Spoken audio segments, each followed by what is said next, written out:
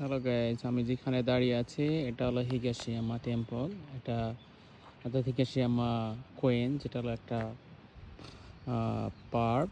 যে পার্কে যে গাছপালা দেখতেছেন, এই গাছগুলো আসলে তাজা আছে, এখনো জীবন্ত গাছগুলা। কিন্তু এখন গাছগুলা এখনো পাতা নেই, অর্থাৎ এই সময়টায় গাছে কোনো পাতা থাকে না। আর কিছুদিন পর যখন সাকুরা সিজন আসবে, তখন নতুন নতুন কুড়ি দেখা যাবে। এই দেখা যাচ্ছে নতুন কুড়ি আসতেছে, এই দেখা যাচ্ছে।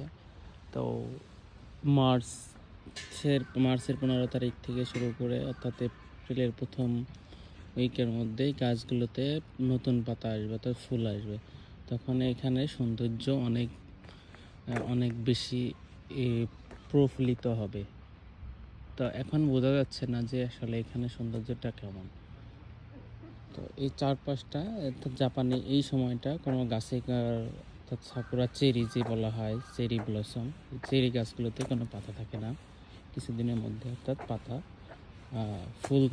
ফুল আসবে, যেটা এখানকার সৌন্দর্যকে আরও সুশোভিত করে তোলে।